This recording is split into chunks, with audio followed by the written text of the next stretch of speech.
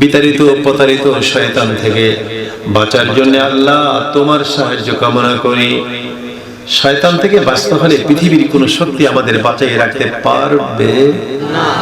যিনি পারবেন কে?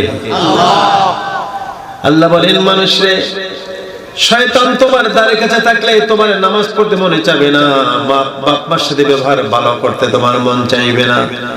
শয়তান দ্বারের কাছে যার আছে সে সুদ খায়, ঘুষ খায়, জিনা করে, ব্যভিচার করে, নেশা করে। এগুলি আসলে যারা করে আমার ভাইদের, যুবক বন্ধুদের, এদের দোষ না, শয়তানে করায়। যেরকম কে করায়? এই শয়তান যদি কাছে না থাকে, দূরে থাকে, তাহলে আর আমাদেরকে ওয়াসওয়াসা দিতে পারবে? পারবে না।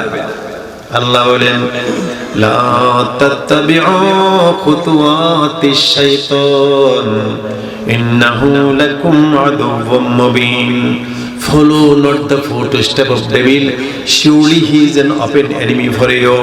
শয়তান তোমাদের প্রকাশ্য দুশমন, দোস্ত না দুশমন? তাইলে আসুন আল্লাহর কাছে দায়িত্ব দিলে আল্লাহ আমাদের দ্বারের কাছে শয়তান আসতে দিবে না। আমরা যখনই মনে চেয়ে পড়বো, আমার মা গো, মা বোনেরা সকলে মিলে, যুবক যুবতী ভাই বোনেরা, যখনই মনে পড়ে দায়িত্বটা আল্লাহর কাছে দিব, শয়তান যাতে আমাদের দ্বারের কাছে না আসে। কার কাছে দিব দায়িত্বটা? কেমনে দিব বলুন? আউযু বিল্লাহি মিনাশ শাইতানির রাজিম। বিসমিল্লাহির রহমানির রহিম। শুরু করছি নামে ওই আল্লাহর, কুল নাই, কিনারা নাই, মহিমা যাহার, by the name of Allah, the most gracious and most merciful. বলুন তো সব কাজ হবে কার নামে? সব কাজ হবে, লেখাপড়া, ওঠা বসা, কাজ কর্ম, অফিস আদালত, রিক্সা, গাড়ি চালানো, পাকশাক করা, সব কাজের আগে বলবো আউযু বিল্লাহি মিনাশ শাইতানির বিসমিল্লাহির রাহমানির রহিম।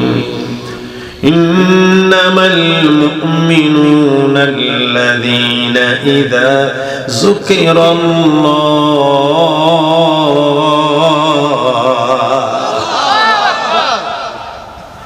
ওয়াজ করতেছেন আল্লাহ, শুনতেছেন নবীজি। এই বক্তা হলেন আল্লাহ, বক্তাকে আল্লাহ, শ্রোতা নবীজি, শ্রোতাকে। এমন বক্তা আর হয় না, এমন শ্রোতা হয় না। আল্লাহ বলেন, মুমিন তুমি দাবি করেছো, মুমিনের দাবি করে বসে আছো, হবে না। মুমিনের কাইফিয়ত তোমার কাছে থাকতে হবে। যারা অরিজিনাল মুমিন, তাদের সামনে আল্লাহর নাম উচ্চারণ করলে তাদের মনটা একদম গলে যায়। ইন্নামাল মুমিনুনা আল্লাযীনা ইযা যুকিরাল্লাহ। যখন মুমিনের সামনে আল্লাহর জিকির করা হয়, আল্লাহু আল্লাহ, আল্লাহর জিকির, লা ইলাহা ইল্লাল্লাহ, আল্লাহর জিকির, সুবহানাল্লাহ, আলহামদুলিল্লাহ, আল্লাহর জিকির, নামাজ আল্লাহর জিকির, কোরআন তেলাওয়াত আল্লাহর জিকির। আল্লাহ বলেন, মুমিন রে, অরিজিনাল মুমিন তারা, যাদের সামনে আমার কথা স্মরণ করায় দিলে তাদের মনটা গলে যায়। মনটা বলতে হবে কি হয়? গলা বুঝেন? গলা ক্যান্ডেল, মোমবাতির মধ্যে আগুন লাগাই দিলে মোমটা কি হয়? গলে যায়। সাংবাদিক সাহেব, আমি জিজ্ঞেস করছিলাম, হুজুর আমি কি মুখী তিনটা নদীর নামে আপনার মিডিয়া? ত্রিমুখী, ত্রিনদী না ত্রিমুখী, ত্রিনদী। এই যে সাংবাদিক সাহেবের যে তো কাছে আছে কোন নদী? কাছে ডাকাতিয়া। শুনলেই ভয় লাগে। এখন কিছু হয় ডাকাতি না ভাই, নেই। আল্লাহ, আরে কাজ করেন। পুকুর তো আছে সবার বাড়িতে।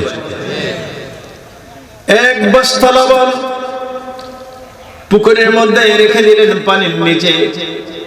3 ঘন্টা পরে গেলেন লবণ আনার জন্য। বস্তার মধ্যে লবণ আছে কয় কেজি? বুঝে শুনে কথা বলে। নাই থাকলে বলেন নাই কেজি। কি কেজি?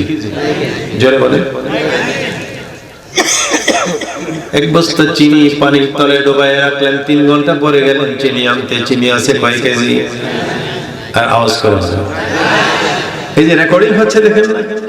আল্লাহ বলেন বান্দারে মা ইয়ালফিযু মিন কাউলিন ইল্লা লাদাইহি রাকীবুন আতীদ। এমন কোন কথা নাই, আওয়াজ নাই যে কথাগুলি আমি আল্লাহ রেকর্ড করি না। সুতরাং কথা বলতে হুঁশিয়ার, যে সমস্ত কথা এনে হবে গর্জিয়াস ভাবে বলতে হবে। বলুন তো সুবহানাল্লাহ। ইন্নামাল মুমিনুনা আল্লাযীনা ইযা যুকিরাল্লাহু ওয়াজিলাত কুলুবুহুম। বান্দা, তোমার সামনে আমার নাম স্মরণ করলে, আমার আলোচনা করলে, আতিউল্লাহ ওয়ার রাসূল, আমার বন্ধুর কথা আলোচনা করলে, তোমার মনটা যদি গলে যায় তাইলে বুঝতে হবে তুমি অরিজিনাল ঈমানদার। ঈমানদার কেমনে চিনব? আল্লাহ 4টা মেসেজ দিয়েছেন। মুখে মুখে ঈমানদার বললে হবে না, কত টুপিওয়ালা, কত জিহ্বাওয়ালা, তো কত। আমার ভাইরা, নবীজি বলতেন সাহাবীরা রে, কাফের মুশরিকেরা আমি নবীর যত কষ্ট দিয়েছে তার থেকে বেশি কষ্ট দিয়েছি টুপিওয়ালা, জুব্বাওয়ালা, পাগড়িওয়ালা মুসলমান নামধারী মুনাফিকের দলেরা। সুতরাং আল্লাহ বলেন টুপি আর জুব্বা দিয়ে হবে না, সব টুপি টুপি না, সব জুব্বা জুব্বা না। ইন্নাল মুনাফিকিনা ফিদ দারকিল আসফালি মিনান নার।